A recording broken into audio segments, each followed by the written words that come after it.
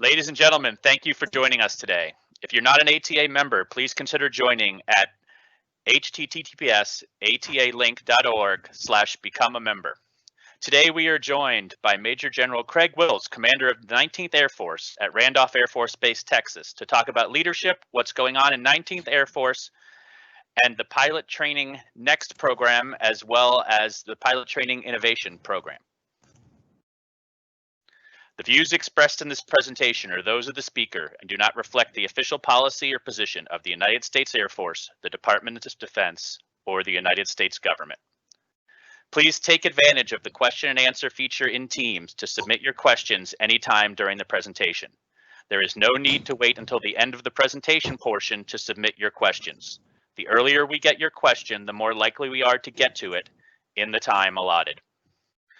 And now I would like to introduce the Airlift Tanker Association's Senior Vice President, Lieutenant General Retired Rusty Finley, to kick things off.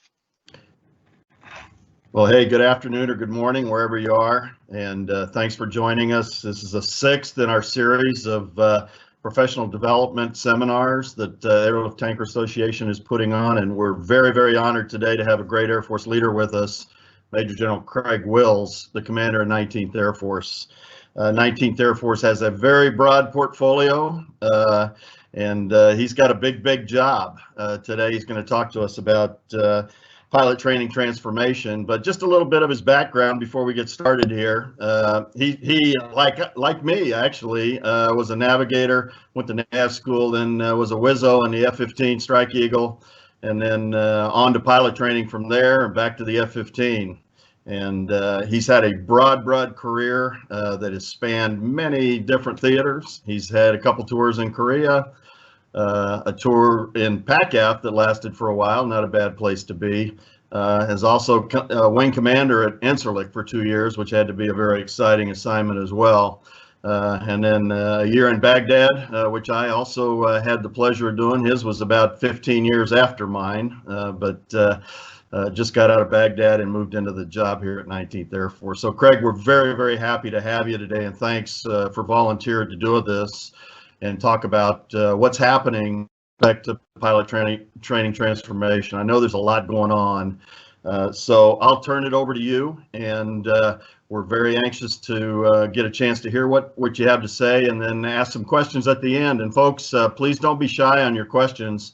Unlike some of the other podcast / seminar, virtual seminars that are ongoing in this COVID hell that we're in right now, we're interactive here. So we've got questions. You can submit them along the way, and Popeye will take care of them. But over to you, Craig. Thanks for being here one more time. Yes, sir. Thank you very much. It's a great honor to be here, and I really appreciate the invitation.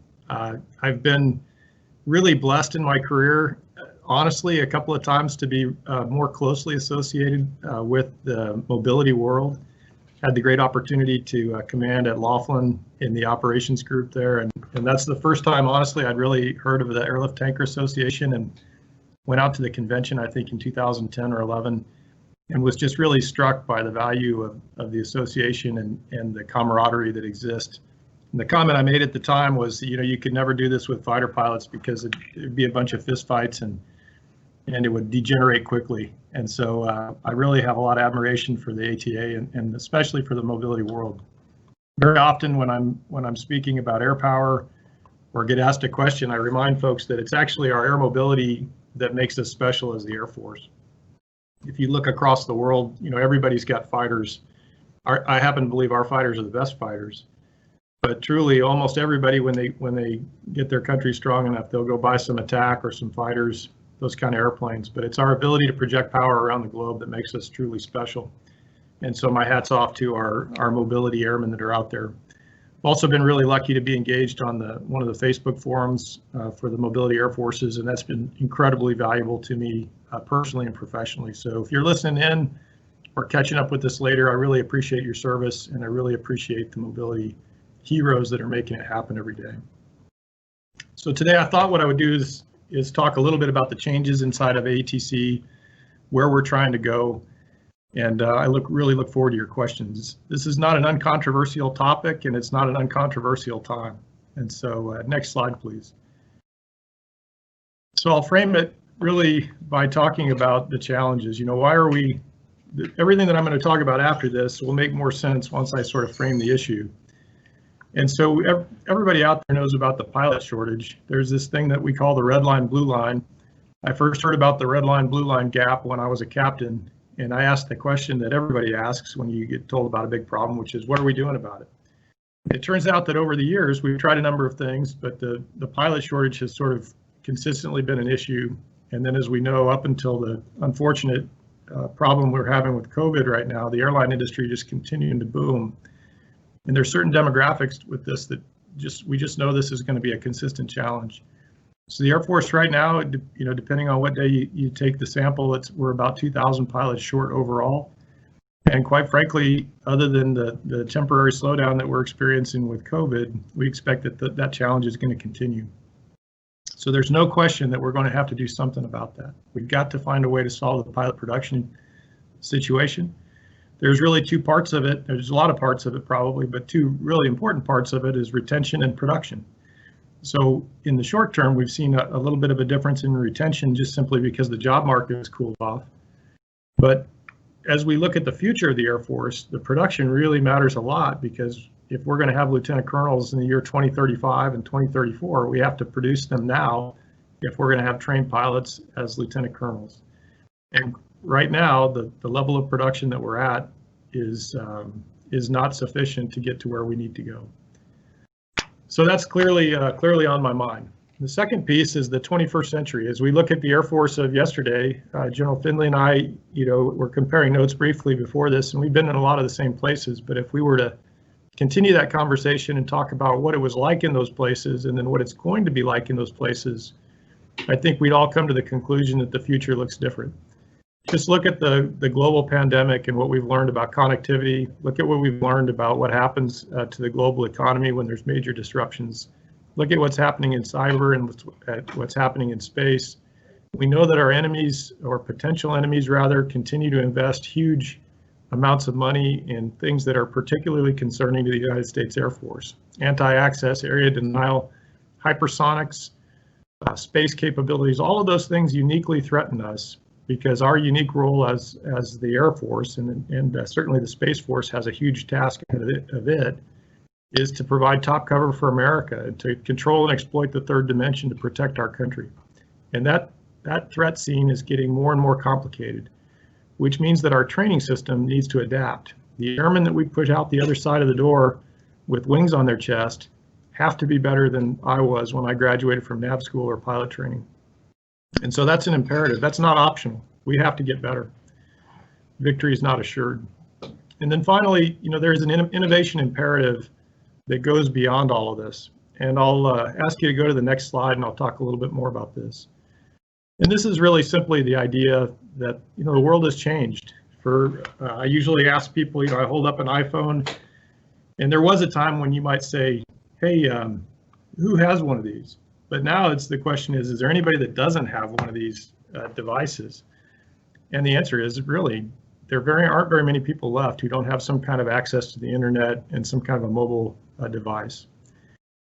The airmen that we're bringing into the Air Force today are much different than we were. They're the same people, the same heart, the same spirit, but fundamentally grew up in a different era, and they think about the world a little differently.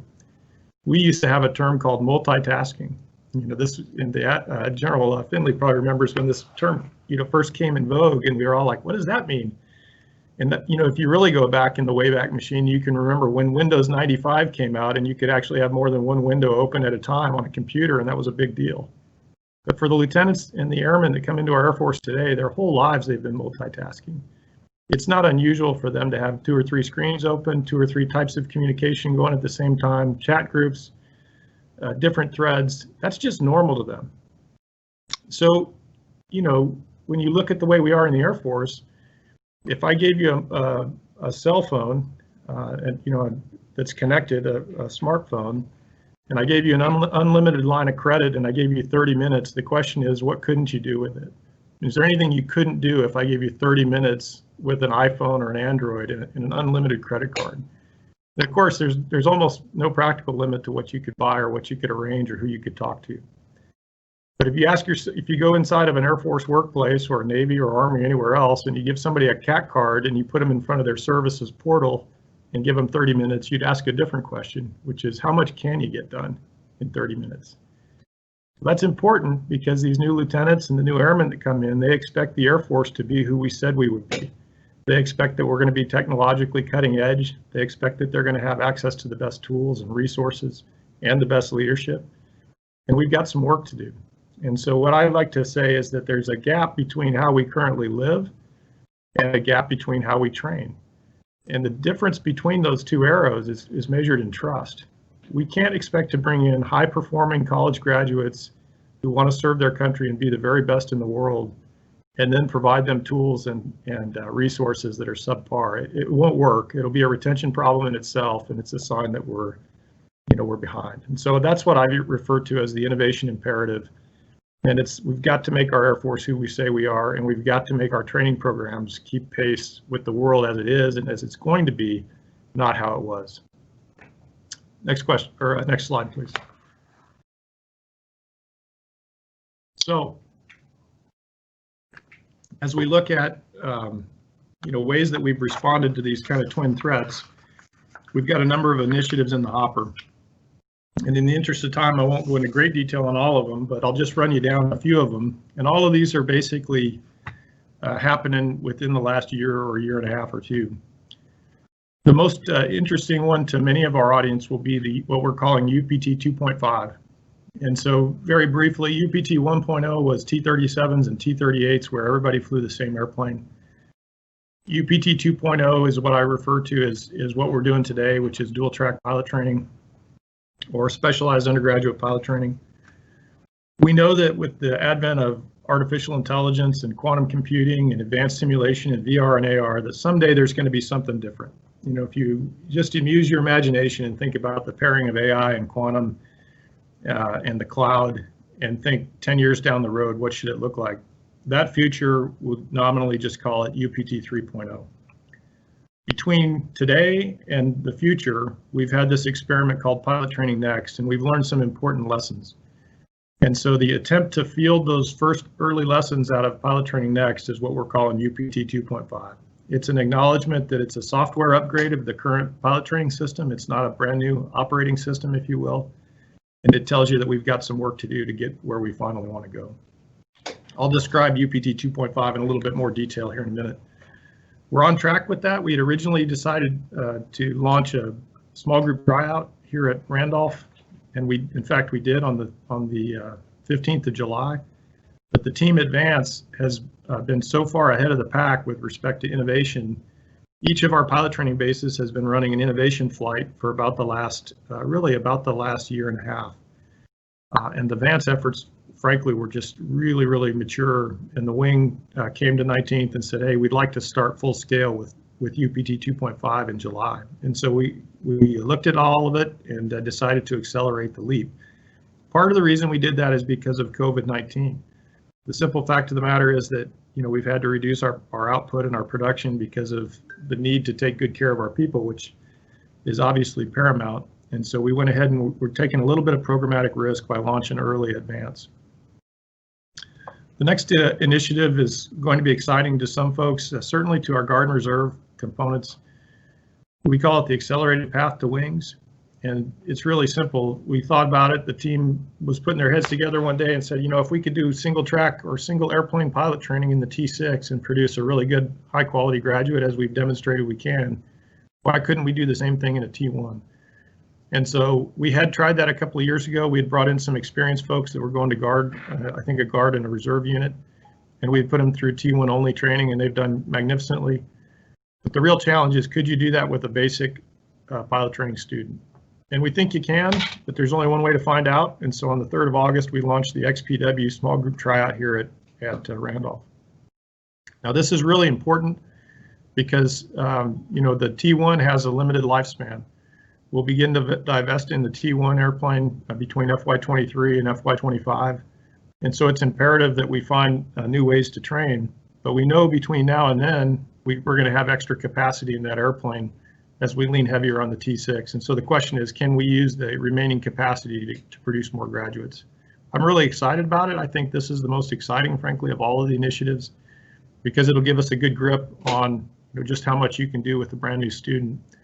And I think it's going to be interesting. Now, for those of you who've been around a long time, you know that in the Air Force for at least the last 25 years or so, we've trained all of our helicopter pilots by sending them to fixed wing training first. And they go off to SUPT, they fly the T6, get a helicopter slot, and then go to Fort Rucker. That's about 60 to 80 students a year. And again, the question is that the right way to train a rotary wing pilot?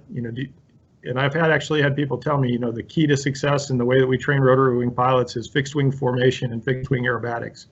I'm not a helicopter pilot. I don't know that I necessarily agree with that, but there are a lot of people who do. There's also a lot of people who say, for a lot of years we trained helicopter pilots by training them in helicopters, and we can probably train a pretty good helicopter pilot by using helicopters. So we're going to take a look at it. It's really exciting because not only do we think we can train a better helicopter pilot, we can shorten the timeline dramatically, and we can also free up about 60 to 80 slots at SUPT for fixed wing graduates, which is important. So we started a small group tryout on that. I've got a slide later on, we'll talk about that. And then I know this isn't pilot training per se, but the CIRI issue is important. CIRI has grown. Survival school, a fond memory for all of us who have graduated from it. When I went, it was about 14 days of training, and then we had a couple of days of water survival. And over time, we've grown that to 26 training days, which frankly is probably too long. And the real issue is that we were sending every single person to 26 days of training, including people who had missions that frankly put them at extremely low risk of isolation, extremely low risk of capture. And so whether you were a flight attendant on a DV airplane or whether you were a deep strike pilot, you were getting all 26 days. So in June, we started reworking that. We have a 3-track system now. There's a 19-day course, a 12-day, and a 5-day. That includes water survival training. That'll free up about 46,000 training days in the pipeline every year. It's important for a couple of reasons. The reason I'm most in love with this initiative is it's going to get our pilots and our crews to their ops units faster. Right now, the way it works is you graduate from pilot training, you go to Altus. Usually you don't have to wait much for a training date at Altus, but then you'll go back to your UPT base and in some cases wait for months to get a CIRI date, and then go to CIRI, then go back to your pilot training base, and then go PCS to your first base. And the net result of that is you show up at McCord and you haven't flown a C-17 in 2 or 3 months, and to nobody's surprise, you're going to be rusty. So we're really excited to shorten the pipeline in that respect, especially since we know we're continuing to provide high quality survival training. The last two, also pretty important, not quite fully cooked. The civil pilot path to wings, we're working through that. This is different now than it was 8 months ago. The idea then was, there might be a few people every year who went a different path as civilians, got really good high quality training, and then maybe would be in the mood to join the Air Force and serve their nation. Now with COVID and the resultant impacts on the aviation industry, we think that there's probably a larger pool of people who might be interested in serving, and we would certainly like to take advantage of the training they've already received. And so the basic premise of this is that you would apply to the Air Force, we would validate your competencies, give you a check ride, find out if you're really, are you really the skilled pilot you claim to be? And if you are, and if you meet all of the standards, send you to officer training school, and then put you through a brief Air Force top off and send you on to FTU. You can envision a lot of different ways of making this work. We're working through the details of it now, but we're pretty excited about it. So that's kind of the broad brush overview. I imagine that'll generate some questions, and I'll look forward to taking those here at the end. Next slide.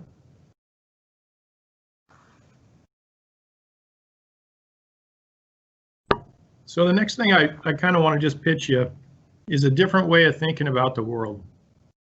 So most often when we think about training changes, we tend to gravitate, especially those of us that went through these training programs, our mind tends to go straight to the syllabus. What's the practical application? Like, how many rides am I going to fly? How many sims? How long is the program?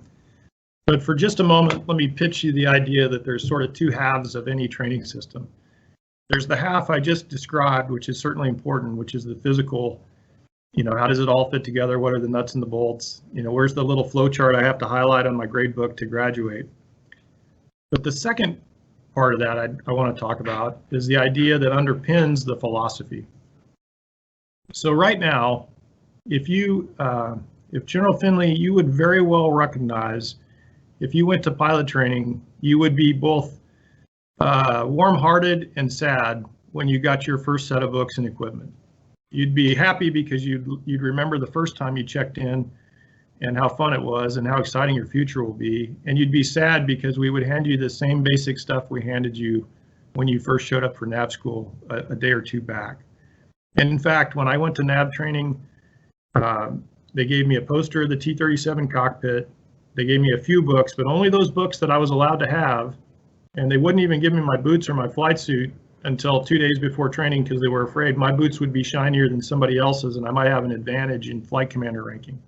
So we had a very limited view as far as the training. So 95, I was 91, 95 I went to pilot training. They gave me the same poster of a T-37, that made sense, same airplane. 2009 I went to pilot training, Randolph for Pitt. 18 years after my first check-in, I got the same stuff. I got a poster of a T6 this time, and the big difference was that parts of it were in color. But beyond that, it was identical to when I checked in 18 years prior. So let's think about a different, first you should ask yourself, is that really appropriate for an Air Force that's flying F-22s and F-35s and KC-46s? But now imagine if it had gone differently. Let's say that a couple of months before I get off to pilot training, I get a box in the mail, and inside of that box, there's a device.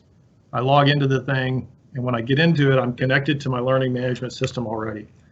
I knock out the required in-processing things, the admin that goes with all of these things. But then let's just say that it unlocks a few blocks of learning for me, and they're required. It's not optional, but it's stuff like weather, aerospace physiology academics, maybe it's basic flight rules, the things that'll never change. You know, I've never heard anybody say, you know, I wish I knew less about the rules related to aviation. Typically what happens is you learn them really well in pilot training, and then maybe you get a little rusty. But let's just say you had access to all that content and we expected you to do it, and it's online. And so your academics become on demand and on command, and there's a variety of content that matches up with the way people learn today. In the old days, it's a book, and you read the book, you would go to a class, they would put some overheads, for those of us old enough to remember the overhead projectors, or PowerPoint slides for all these youngsters. And the instructor would basically re-instruct the material, and then the last 10 minutes there'd be time for questions. Or maybe you had the best weather instructor ever and he had 14 colors of chalk and he drew all the weather systems in all these cool colors. But imagine it now if you had a mixture of YouTube videos, TED Talk. Some of those things are kind of TED Talk oriented. Some of them should be VR or AR type mechanics.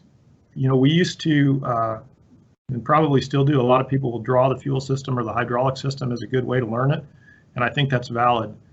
But recently I had the opportunity to put on some VR goggles and go inside the hydraulic system of a C5.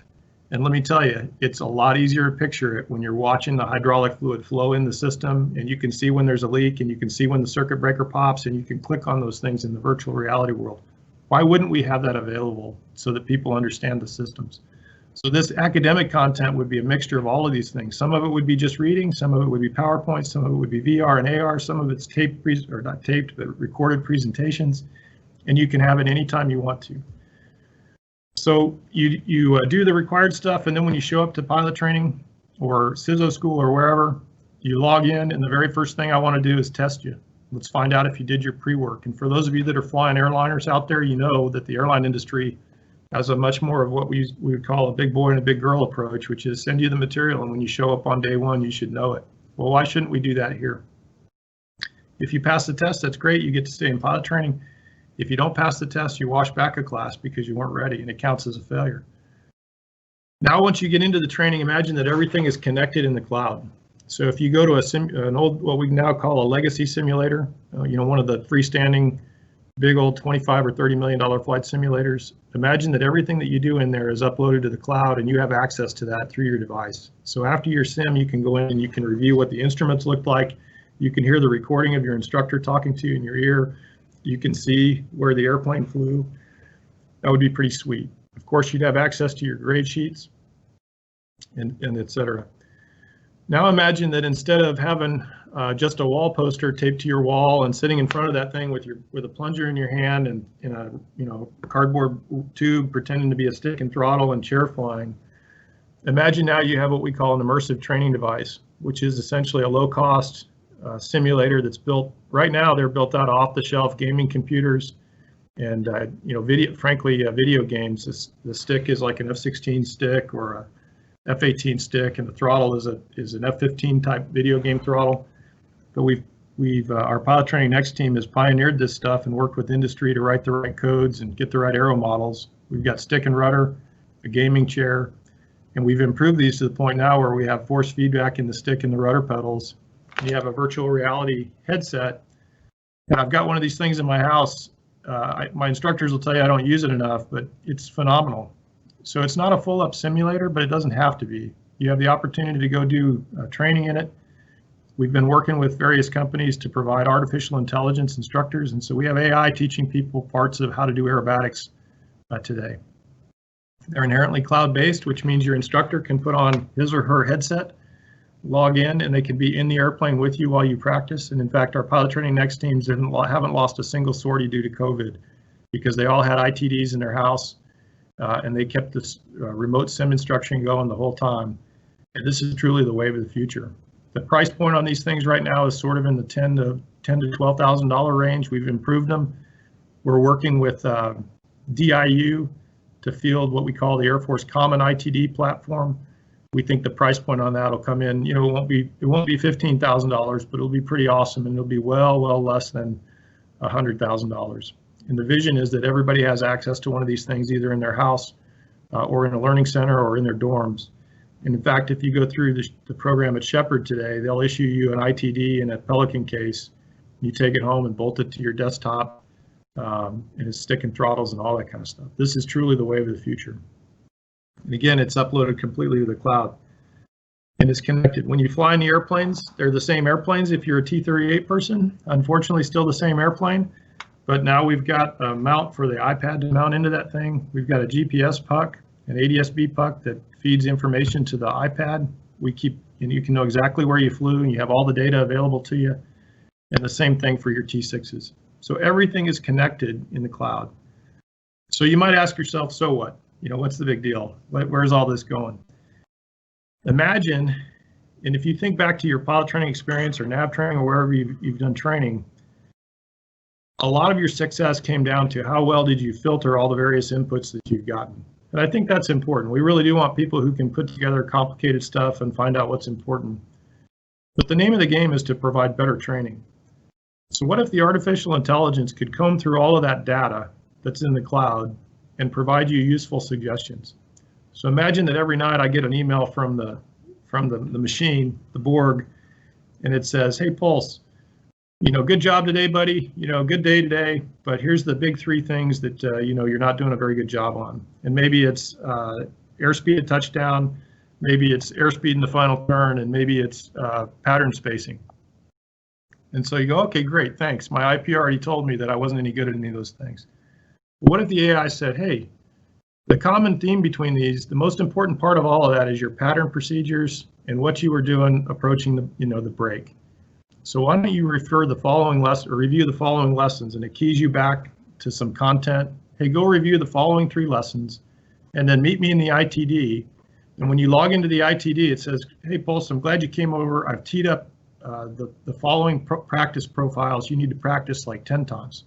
And it takes me right to that point, approaching the break and the overhead, and it talks me through it. And what if the AI would grade each one of those events?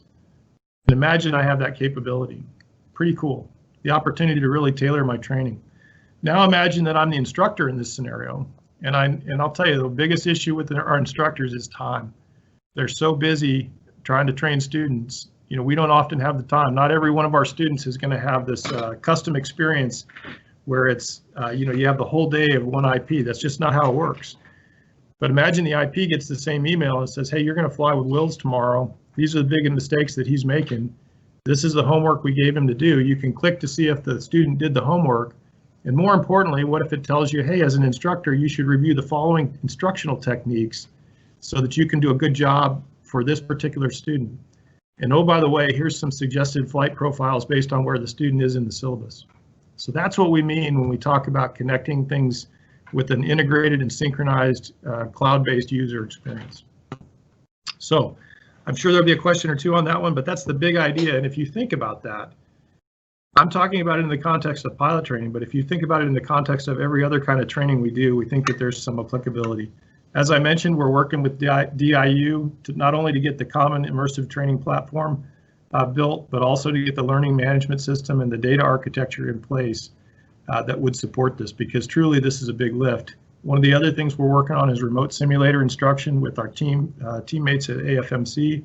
The goal is to connect these legacy simulators to the cloud. We think we're going to have a working prototype of that by next summer. One of the really important reasons for that is, imagine that one of the challenges that we have is hiring civilian sim instructors in some of our training locations. I happen to love Del Rio, Texas. I happen to love Columbus. I happen to love Enid, America. Not everybody does. A lot of people don't want to live in smaller towns. Imagine if you could give high quality instruction from anywhere through the cloud. We would never run out of simulator instructors. We would never have a problem with drawing top talent. It's a pretty sweet prospect. Next slide. Okay. In practice, what does UPT 2.5 look like? Very simply put, we're going to fly the, we've expanded the T6 phase. We've added about 100 hours of ITD academics. We've added some flying hours. And at the end of your T6 phase, you're going to get your pilot wings. This is not a new idea. We've been kicking this around in and out, on and off inside the command for at least since I was a major. And we think with the quality of instruction that we're providing, that we think that this is a good move. Once you've graduated from T6s, you'll go on to one of several tracks. The Air Mobility Fundamentals track, probably most important to this crowd.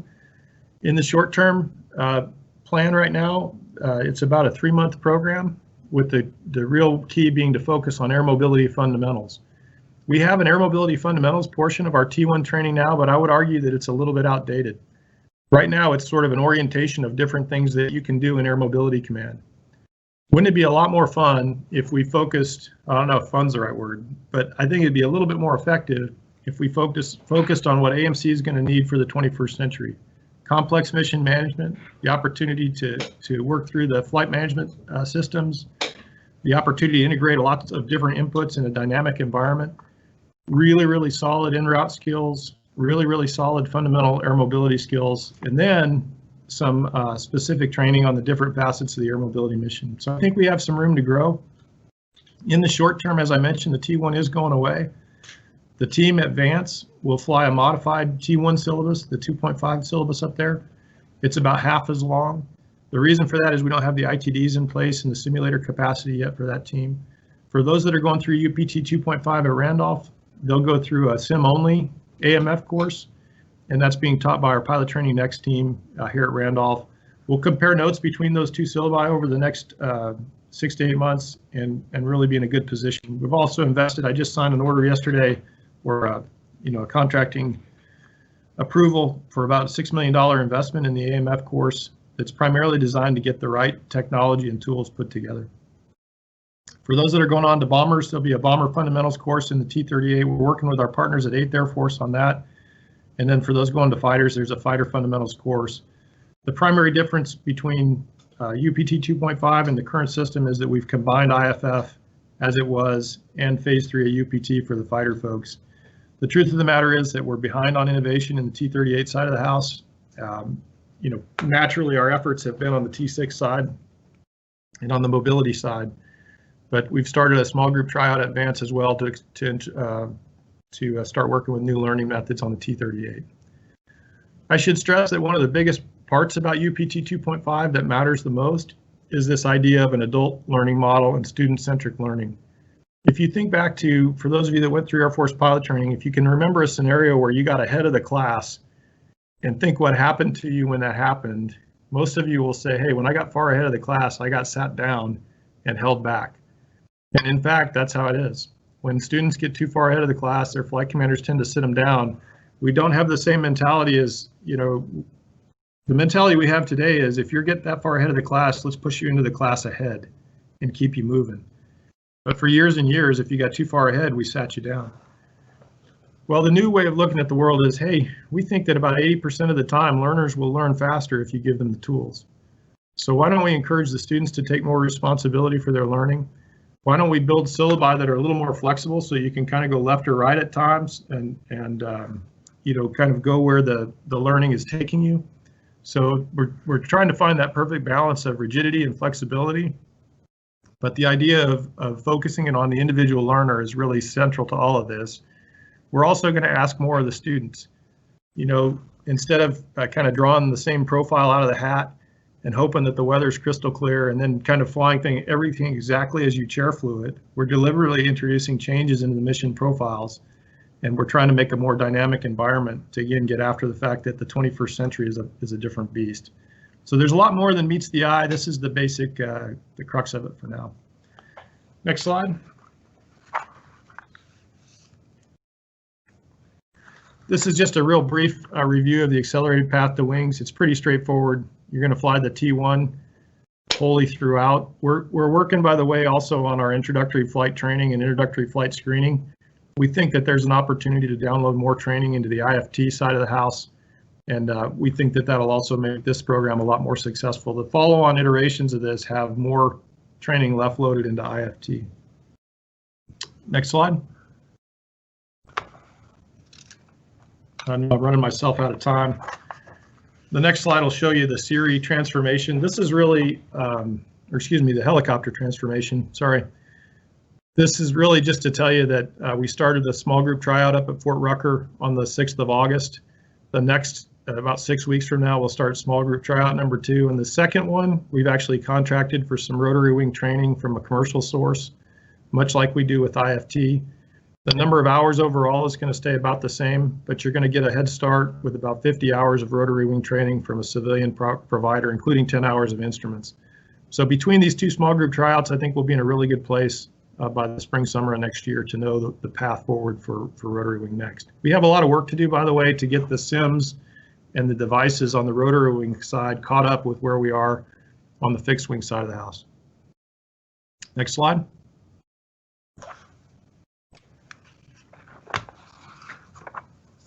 And this should be the Siri.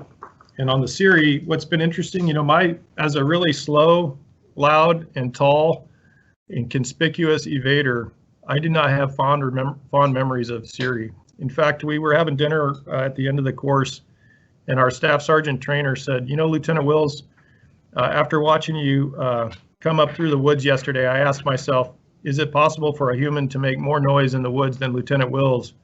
And today you proved that it is possible for you to make even more noise. And so I really didn't like survival training, but for some reason, when we started modifying this, there were a whole lot of people that wanted to keep it really long. And it kind of flabbergasted me, to be honest with you. The bottom line is every one of these tracks is going to get good, solid training, and it's based on the right airman getting the right training at the right time. And so I don't feel like we've cut too much at all out of this. I think we've actually got it to about where it needs to be. Next slide. And then finally, you know, where is all this going? Because we've got a lot of irons in the fire, as you can tell, by this time next year, certainly we feel like we'll have enough data from the various experiments and small group tryouts where we can make a decision on whether to fully scale UPT 2.5 to all of the bases. Innovation flights continue to do great work at Laughlin and Columbus and at Shepherd. So I think we'll be in a really good spot there.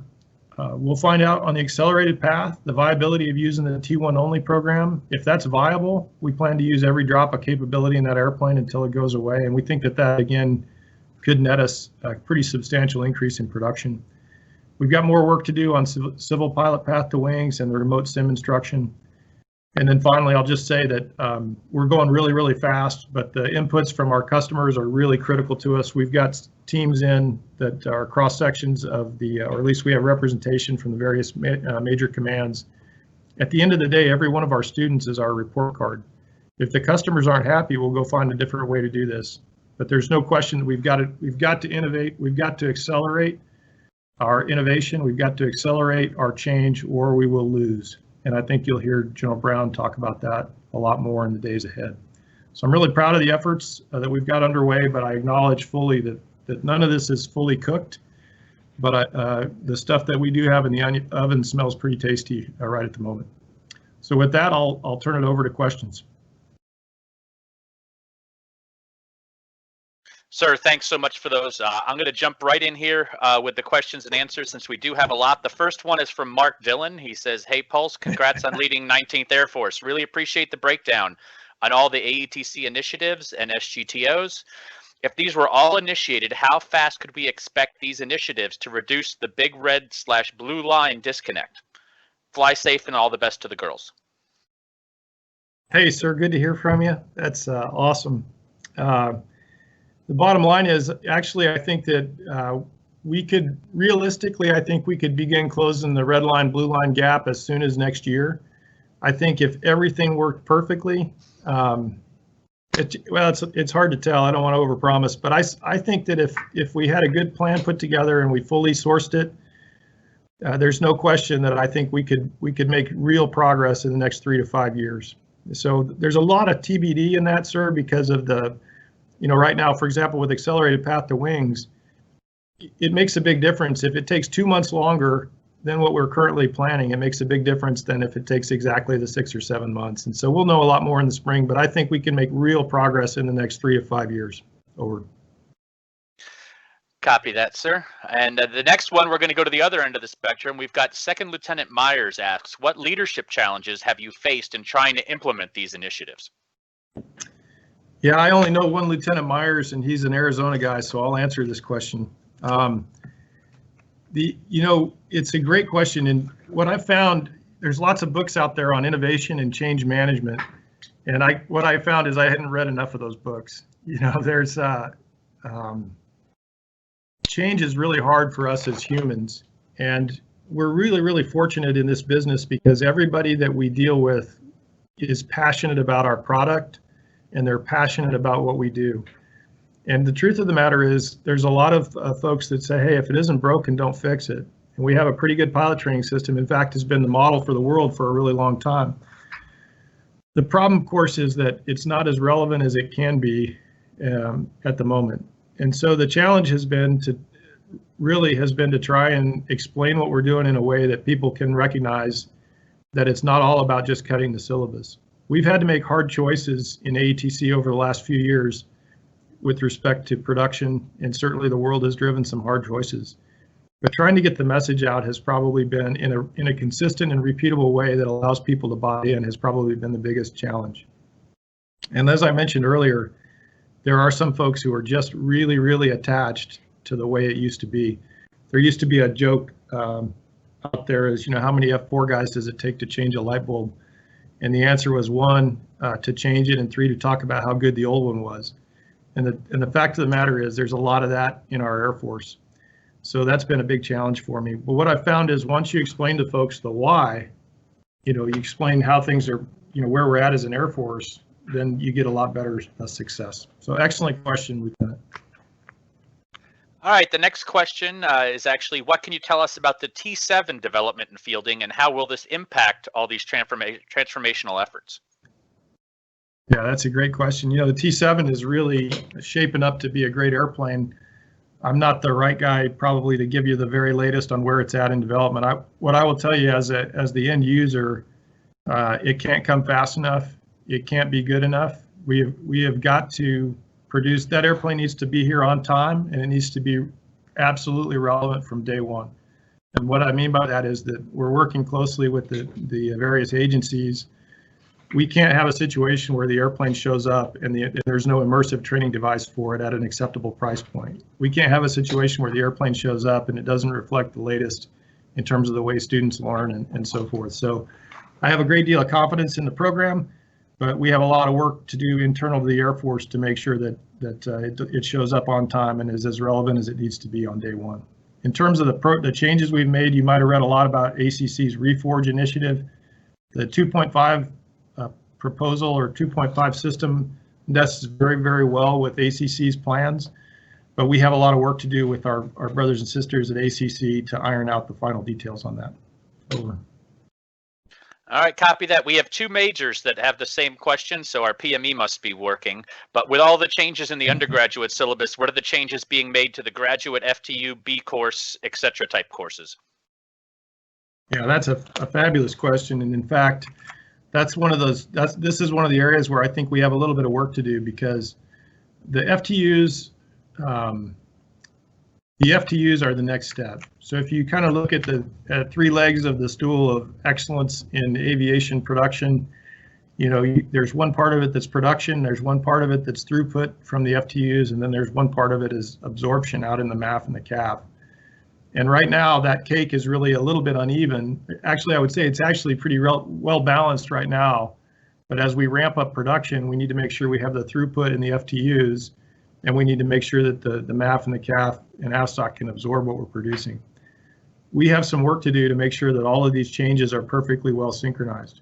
The fact of the matter is we've made some significant adjustments over the last 4 or 5 years, and I'm not entirely sure that in every case those adjustments are reflected from doc statement backwards.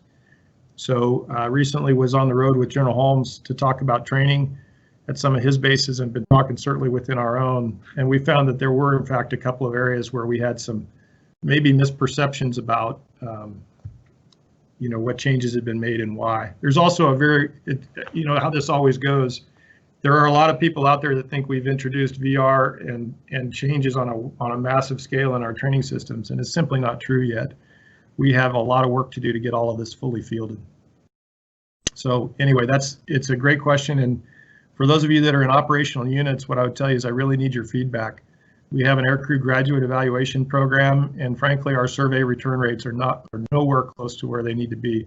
It's easy to kind of to hang around in cyberspace or around the proverbial water cooler and say, hey, these young kids aren't as good as I used to be. We really need all of our customers to fill out those grad eval surveys so that we can tailor our training. Over. Good question. Yeah, feedback's such a key in everything that we do. The next question comes from Major Gary Olkowski. He wants to know, how does pilot training next contribute to the Air Force's manning challenges, not only in regards to production, but also in regards to training effects at downstream bottlenecks? Yeah, so this will be the great question. There's no disputing the fact that if I instantaneously were to produce a couple of hundred extra graduates in 1 year, that there'd be some extra bottlenecks at FTUs. I think that, and I would, by the way, that's a problem I'd love to have. Probably not going to have that problem right away, but what we're trying to do, in fact, we're going to look hard. I think that the enterprise, I'm not 100% sure of when this is happening, but I think at the Aircrew Summit, we're going to look hard at FTU throughput capacity for this very reason. I will tell you that generally speaking, because over most of the last 15 years or so, we've had artificially high retention. If you go back to 9/11 and on, we had a period where we had artificially high retention, at least by historical norms, for a long time. And the net result of that is we sort of underproduced during that time frame. And because there wasn't a huge pull from the operational units, and because we were underproducing a little bit, the FTUs had the opportunity to expand. And what we've been trying to do lately is we've been trying to shrink the FTUs back to more of a historical approach and get people moving back out to the MAF and the CAF. We really need a healthy cycle through the ops units, back through training and staff and test and all of those things. So getting to the point of that is, I think that there's capacity in the FTUs, but it requires a good scrub. For example, at Altus, one of the things we have to figure out is, we need to go back to Altus and say, and this is why it's great having Altus in AETC, but working with our AMC teammates, is this exactly the right model we want to continue to use? Do we have the right lineup of courses? Are the courses of the right length? Are we making maximum use of every training sortie and every drop of training gas that we have available? And so Matt Laird and the Mighty 97th are all over that. But if we were to leave that, if we were not to get after that, we would in fact create a bunch of bottlenecks at FTUs. Over. Copy that, sir. The next one's an anonymous question, but it's, can you also share the background and intent of the RPA Training Next initiative? Yeah, so RPA is really an interesting one. So RPA Next, if you, for those of you that were around in the 2000 and, sort of 9 to 12, really 8 to 12 area, where we went from, one of the great traumatic events of our Air Force about the time that the Secretary and the Chief were fired, was about the time that we went from a very, very small number of RPA operations to a huge number. And in that very difficult time, we basically produced a training system as quickly as we could to reflect the increased capacity. Prior to that time, we were dropping RPAs out of pilot training. We had cross-flowed some folks under different initiatives into the RPA. But with the new requirements, there's no way to do that. So the system that we put together then was really, I don't want to say it was slapdashery. That wasn't the case. I think it was at the time, it was a well put together approach, and it basically mimicked everything else we do in aviation training. There's an undergraduate side and there's a graduate side. Unfortunately, here we are, 10 or 12 years later, and we have basically the same system. And this gets to the part where, the vice chief and the chief for years have been pushing us to be more innovative and ask ourselves, it's great that it used to be awesome, but is it really what we need today? The question isn't, were we producing great RPA pilots and sensor operators? We were. The question is the training system relevant for where we need to go in the future? And the answer is probably not. So we had an initiative here at AETC. Major Smith went out and did a lot of great thinking. We've been able to pair up the sensor operator and the RPA pilot more often together to provide good training. We've got some work to do to get the software and the tools that they need to really maximize the use of the RPA Next initiative, and that's something that we're engaged on here. RPA Next came over to 19th Air Force on the 1st of June, and so we're trying to get that where it needs to be. The question I'm asking the team and the question that we're getting back from the field, though, is what is the right system? Copy all on what we're doing in the short term, but what should it look like for the long term? Does it make sense to have an undergraduate RPA model and a graduate RPA model, or do you just need a model? Do you just need a training program? Is there any reason why you couldn't just train instead of training, here at Randolph on something that's a simulation of an RPA, couldn't you just train on a real live RPA system and then eliminate an FTU and find yourself in a position where we save a bunch of money, a bunch of time, and produce a more relevant graduate? I don't know, but we're going to find out. So this is a good example where we've got some work to do to make sure that things are relevant. It's really important. We have a tendency. I remember being a lieutenant in a squadron one time, and I was opining in the squadron heritage room about history and tradition. And one of my older, we'll call them mentors, but let's just say one of the older dudes in the squadron reminded me, I was a lieutenant. I didn't know anything about culture and tradition and history. We have a bad habit sometimes in the Air Force of assuming that if something's been around for 3 or 4 years, that it's a tradition. The fact of the matter is, the way that we do business was not preordained from time immemorial. We have the opportunity to shape it, and we have the responsibility to shape the way we train to match up with what the Air Force needs in the 21st century. And that's what we're trying to do on our RPA side. One thing I'll point out too for the RPA teammates that might be listening, because of COVID-19, we had to really curtail operations at our introductory flight training and our RPA flight training. And we should have those for the RPA crews, RPA pilots in particular. We should have them back at RFT hopefully a little bit later this month. Over. Thanks for the insight onto that, sir. Yeah, definitely lots of experimentation and things to figure out there. The next question's from Nate. How is the U.S. Air Force moving to provide flight orientation and flight opportunities to underrepresented minorities so that they can compete well for UPT and other opportunities? Yeah, Nate, that's a great question, and it's one that's been on our mind for quite some time. The Air Force Recruiting Service stood up a Detachment 1. You can catch them at Inspire Air Force on Instagram or on Facebook, and they've been really trying to step up our outreach to diverse candidates and underrepresented groups. What we'd really like to do, and frankly, irrespective of the people we're trying to reach, the fact of the matter is we used to believe that this was an air power nation or an aerospace nation. And I think as an Air Force, and certainly I know our industry partners would agree, we need to do a lot more to encourage young men and women of all backgrounds to be interested in careers in aviation, because it really is fundamentally important to our country. With respect to underrepresented groups, the Air Force Recruiting Service has the lead on that. At 19th Air Force, we try to support wherever we can with manpower and occasionally with airplanes. There are a number of private initiatives, the Chappie James Flight Academy, for example, that I'm aware of. And there's a virtual flight academy out there somewhere. There's a few of these places, or a few private organizations that are also trying to reach out. And so if you're in the mood to give some love in those directions, I know for us aviation-minded people, they'd love to have our help.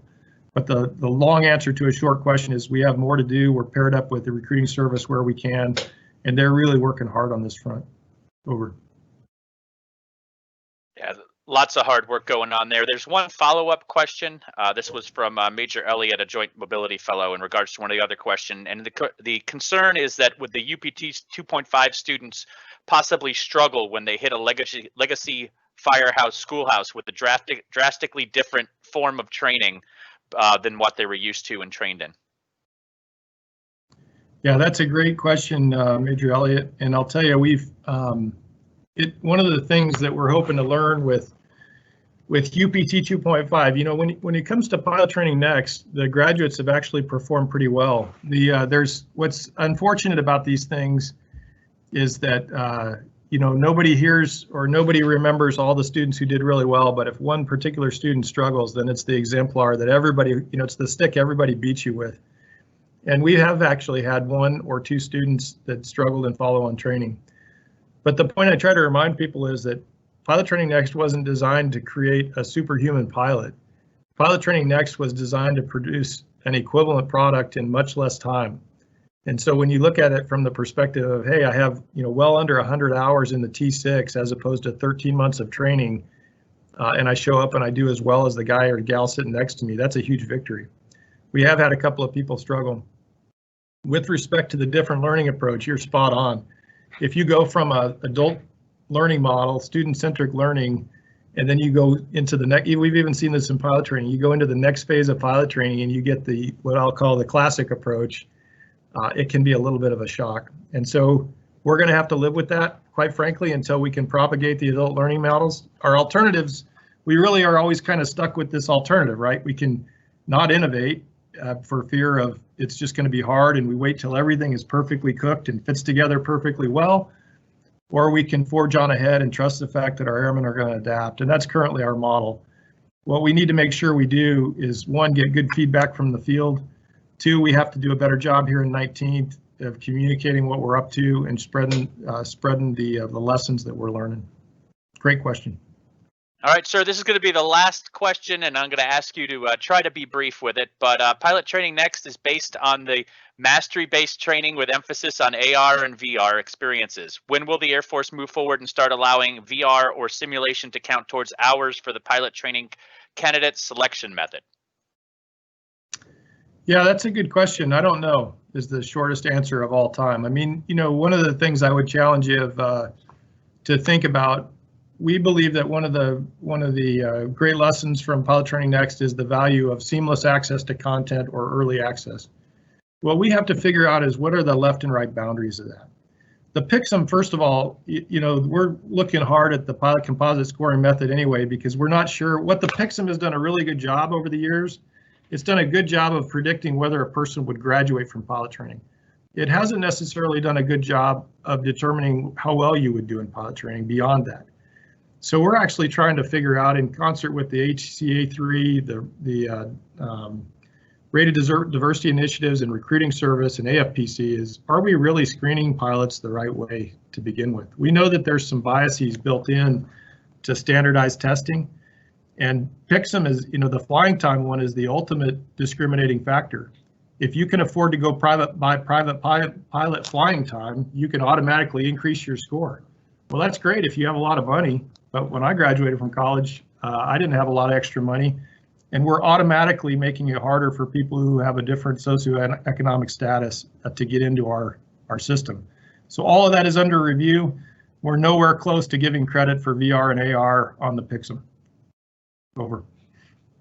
All right, sir. Thank you so much for taking the time for giving us some insight to what's going on, and also giving us such great answers to the questions. We had a considerable amount of questions there on a broad range of topics. I'm going to throw it back to General Finley for a couple of quick remarks, and then throw it back to you for your closing remarks, sir. Hey, Craig, I can't thank you enough. Thank you so much. What an insightful hour there, and you can tell by the breadth and the number of questions that there's an excited audience out there to hear what you had to say. I had to chuckle a little bit when you talked about going to training and getting the same books time and time again. I can relate to that. For those that are going to listen to this later on, make sure you dig into that vision slide and the conversation that General Wills put forth with respect to that. That is some really good stuff that our Air Force is moving forward with. And those of you who are in our United States Air Force need to know and understand that the best that you can. So again, thank you very much, Craig. I really appreciate it. Say thanks to Brad Webb and also to Speedy, both good friends of mine, for allowing you to do this. But very, very insightful talk, and we thank you very much.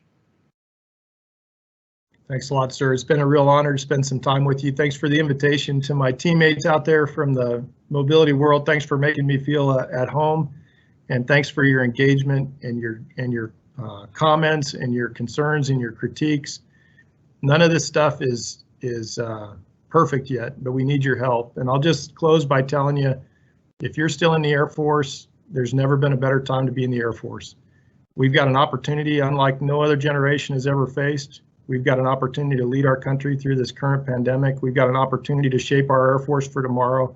And we have leaders at the Chief of Staff and the 4-star level and the 3-star level who are behind you every step of the way and empowering us and encouraging us. And so if you're thinking about staying, that's awesome. If you're thinking about leaving, I wish you the best of luck and I thank you for your service. General Finley, sir, thanks to you and the ATA. Look forward to meeting up again soon. You bet. All right, General Finley, at this point, I think we're going to just announce what the next seminar is going to be. Yeah, 2 weeks from today, we're going to have as our featured guest Lieutenant General Tom Sharpey. He's a former vice commander. I guess they call him deputy commander. When I was there, it was a vice commander, but now they're deputy commanders of Air Mobility Command. Currently, he is the deputy chief of staff for capability development at NATO's Allied Command at Norfolk. So we'll have General Sharpey with us in 2 weeks from today. Over.